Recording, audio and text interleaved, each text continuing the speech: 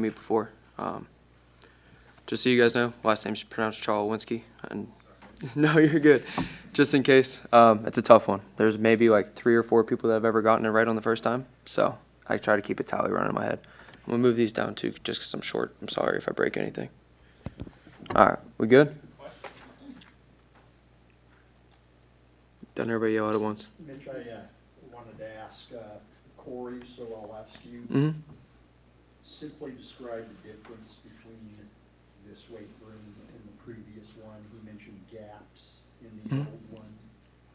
Yeah, I mean, a big thing for us is just space, right? We have more space to throw things. We have more space to run. We have the hill. We have more space to jump. That's really going to be the biggest thing for us is just more areas to do more things. The other thing, too, is the transition time. So whenever we would be coming from the Hawks up to there, everybody has to file up one single file staircase, right?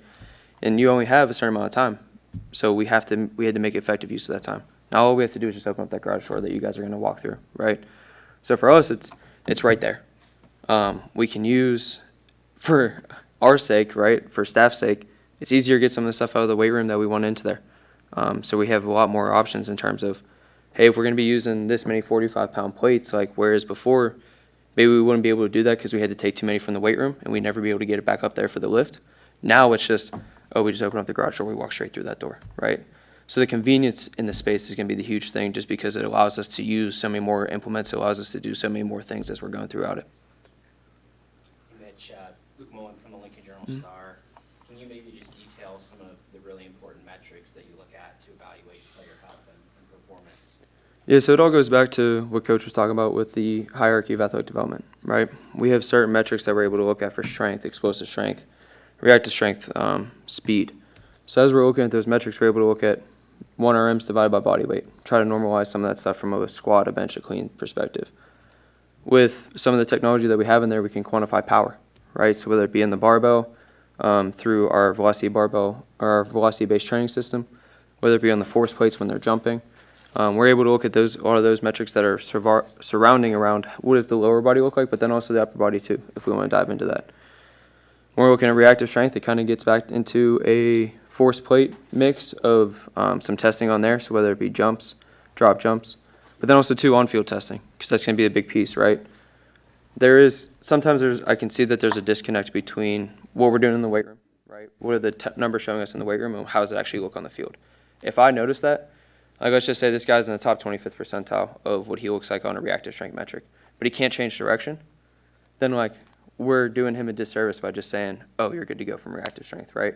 So trying to tie in a lot of the old school combine testing metrics too, right? So like one, does that also helps coaches wrap their head around things. Like if I go upstairs and I start talking about RSI mod, like everybody's just going to look at me like I don't have any idea what's going on.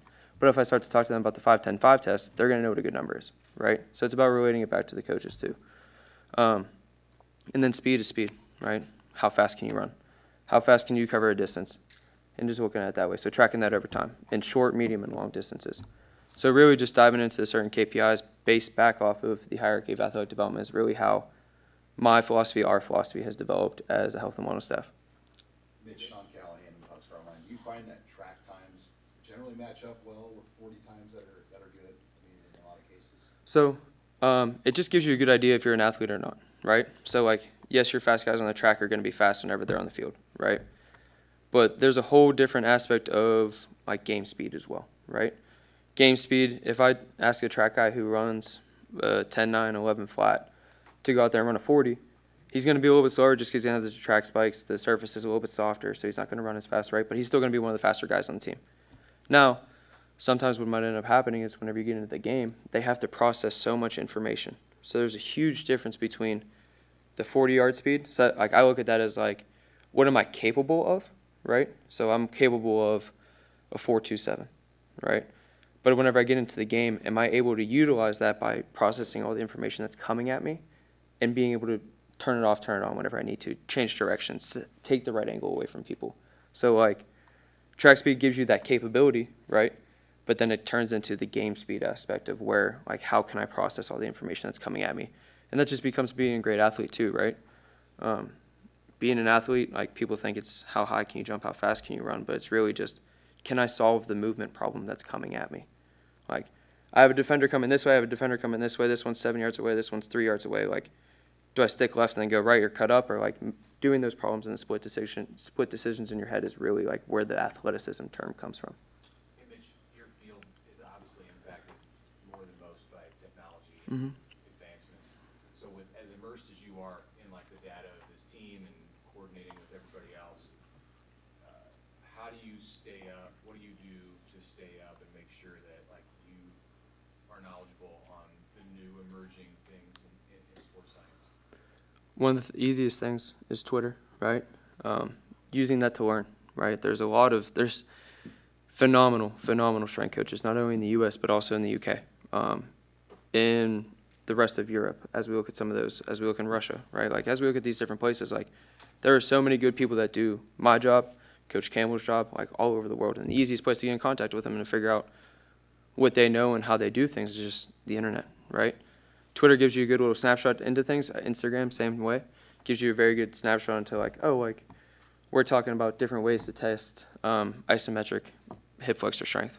Okay, I'm going to click on that. I'm going to see, is it a tool that I have already that I can use? Awesome. Then I'm going to start to mess around with it. If it isn't, is it something that it's an overwhelming need for us, right? Is it something that we have that would solve a huge problem for us? Then I'll dive into it a little bit more, right?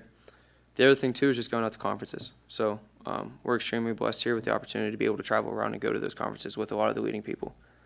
So like last week, or maybe 2 weeks ago at this point, I don't know, camps are really trying to run everything together. But we were back in Pittsburgh. Me and some of the strength staff were back at Pittsburgh, and we were at a worldwide conference.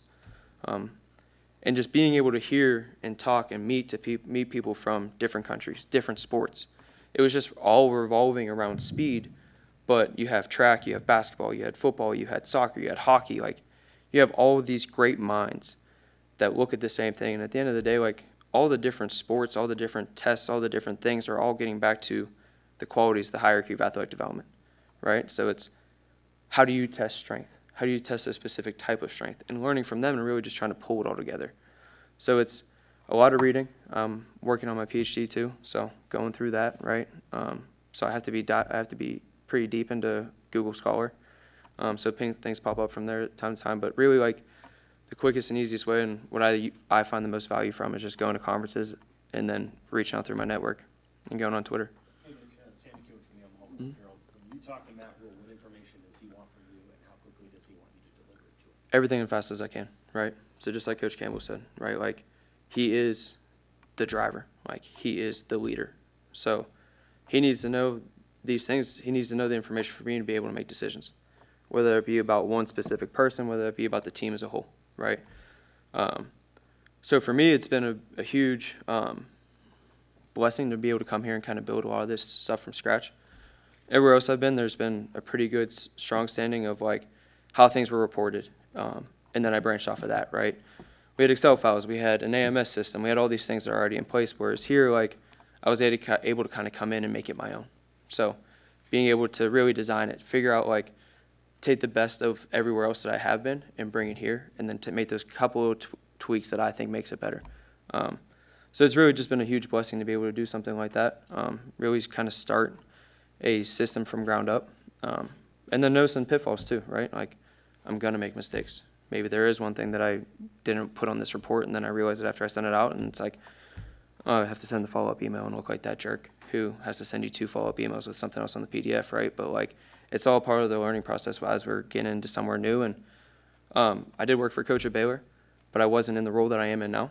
So it's about that process too, right? Like, so I knew a lot of what Coach wanted to see. I knew the urgency that was behind things. So that's been really the easiest part, is just making sure that I get him as much information as possible as fast as I can. Do you work with quarterback passing velocity and things like that? Like, does it go beyond athleticism to specific skill sets like passing and kicking and things like that? So I'm a physicist, a chemical engineer in exercise science. I am not a biomechanist, and I'm not a quarterback coach. I don't know if I'm also never played quarterback. You might not believe me, but I was an offensive lineman and a defensive tackle whenever I played football. So anything that goes like this, I am not the expert in, right? If there's certain tests that go back to the qualities that make them good at passing, then yeah, I can have some say in that, right?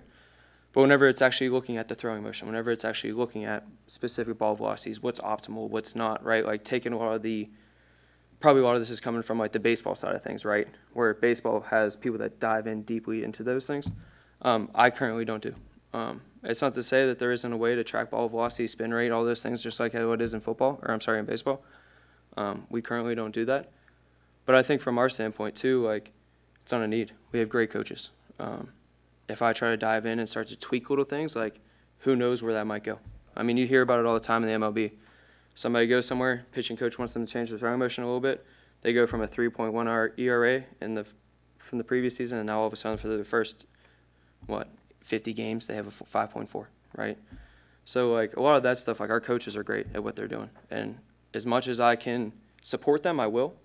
But in terms of, like, diving into actual mechanics of the sport, then I'm going to try to stay away from that as much as I can, unless I am an expert in it. Same with kicking too. Yes, sir. Same thing. You mentioned working with Matt at Baylor. How'd that connection first start, and how'd the role evolve? Like, Yeah. what kind of takes through that? It's weird. So, like I said, I'm a physicist and a chemical engineer at heart. I went to Slippery Rock for physics, and then I went to Pitt for chemical engineering.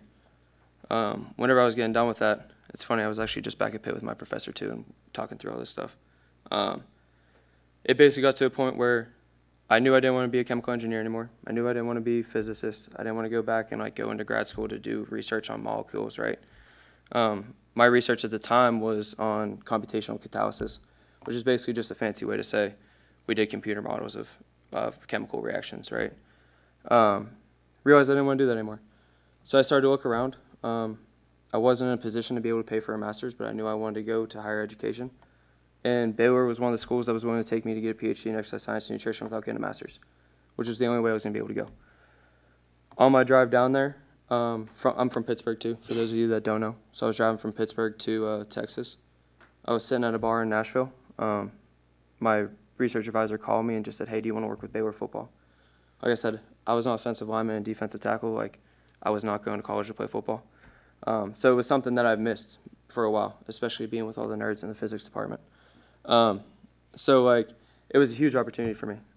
Whenever I got there, I fell in love with it. Like, I didn't know my job was a job whenever I was getting down there. Like, that was not my end goal. But whenever I got there, I realized it married all the things I was just naturally good at, right? And married chemistry and married physics and married engineering. Like, a lot of what we're doing, like, even though it might not get termed that way, we're implementing something with the intended outcome of getting them bigger, faster, stronger, whatever it might be, right? And then we're measuring on the back end, did it actually work, right? And I don't know about you guys, but that's a scientific process if I've ever heard one, right? It's just happening in people, in a closed environment, on a team. So whenever I found out that that was a job, and it's in sport, like, I dove straight in. Started out as an intern. Whenever coach left and went up to Carolina, I stuck around for a year. I was there as a paid assistant. I don't really even still know what my title was, but I was paid by the athletic department while I was getting my PhD. From there, I left and went to Texas for 2 years as the associate director of applied sports science. And whenever coach came back to college, he called me, or coach and Corey called me, and I wanted to get back. They're very special people. They gave me my start, and I wanted to make sure I could get back with them because it was something I had missed for a while. Mitch Rivals. You mentioned everybody in your area kind of makes their own tweaks to things. Specifically, what are some things that you personally have tweaked in your own style that others may not have? Yeah, so I think it all goes back to different principles, right? Some people like to look at 2 standard deviation change from hamstring strength to make sure that, like, if I fall below 2 standard deviation strength, then something's really wrong with me. I need to do some type of intervention, right? For me, it's just like looking at, like, okay, like, what is the easiest thing to communicate to my audience, right? So that whatever my concern level is, I can get that across accurately to them, right? And that's going to be a big piece, right? Like, if I walk in and I tell you, hey, my hamstring strength is 2 standard deviations away, you might look at me and go, I don't know what that means. But if I tell you you're 25% weaker in your left hamstring than your right hamstring compared to where you typically are, you're probably going to be like, oh, crap. Now, if I tell you it's 15%, like, is that good? Is that bad? Right? So, like, being able to really standardize, like, how are we doing things? How am I communicating things across? Like, what are the numbers or the scientific way, mathematic way to, like, get across, like, what I am concerned about or what I want to do or what I want to change that way. And that's kind of just been a learning process, right? Like, whenever I first walked in the door, like I said, I was just coming straight out of engineering. So, like, 2 standard deviations made sense to me. I walked upstairs and talked to somebody at some point, or I talked to a strength coach, and they said, "Guy, I don't know what 2 standard deviations mean. I don't even know what a deviation means," right? So it's like, okay, well, I got to go back to the drawing board and try to figure that one out. So, like, it's just been a learning process since I've gotten into this of, like, what is the fastest, easiest, and most effective way to communicate things across the board? And effectively, like, that's what we're trying to do, right? Like, if I need to make an intervention, or coach needs to make an intervention, or Coach Campbell needs to make an intervention on an athlete immediately, like, I don't want to be sitting there talking about the nuances in that, right? It's just going to be, hey, this is how bad it is. This is what we need to do, and go from there. Is it easy to get players to buy into the recovery aspect and how critical that is? It feels like we're hearing guys talk more about that in interviews and stuff. Well, yes, it's easy, right? One of which is just because they can just feel the difference, right? Like, you go through an amount of time as a high schooler where you don't really do anything, and you kind of know what your body feels like, or maybe you were at somewhere else and you just didn't really understand the right way to recover, or how to recover, or when to recover, or what tool to recover with. So whenever you educate them and you give them some onus on it, it helps them buy into it, right? Like, you give them, there's a lot of research that talks about, like, me just having ownership over what I'm doing, whether it be the strength conditioning program, whether it be rehab, whether it be nutrition, whether it be whatever it is that I'm trying to impact change on my body. If I feel like I have ownership on it, I'm going to care more, I'm going to do more, and, like, that leads to more positive outcomes. So a big piece for me is just educating the guys, right? Like, hey, this is what you should do when, this is why. Like, here are some of your other options, but here's your best option at that moment in time. If you don't like that, let's have a conversation about it. Like, nobody likes to get in the cold tub except for the freaks, right? Nobody likes to put themselves through that type of punishment and just sitting there, right? Like, it's just not fun. But you educate them on, hey, like, right after practice, like, this is going to be the best thing that you can do for your body. Oh, coach, like, I just really hate it. And it's just like, trust me. Do it once. Tell me how you feel tomorrow. They get in, they come in tomorrow, they're moving around, they feel great, and it's like, okay, now I get it, right? So it's easy for me because I get to tell them to do things that aren't fun, right? But then they realize how much it actually helps them later on. So it's just a growing process. It's an educational process, and, like, that's what I got into this for, right? I'm here to educate people on how to play a few more years of football, whether that be a few more years in the NFL, whether that be a few more years in college, whether that be a few more years in the UFL, like, whatever it might be, right? Or even if it's just being able to walk better whenever you get older, right? Like, that's how I view my job of, like, keeping control of these kids and, like, helping them make the better decisions for themselves for not only right now, not only for next year, but 5, 10, 15 years down the line. Good? Appreciate it, guys.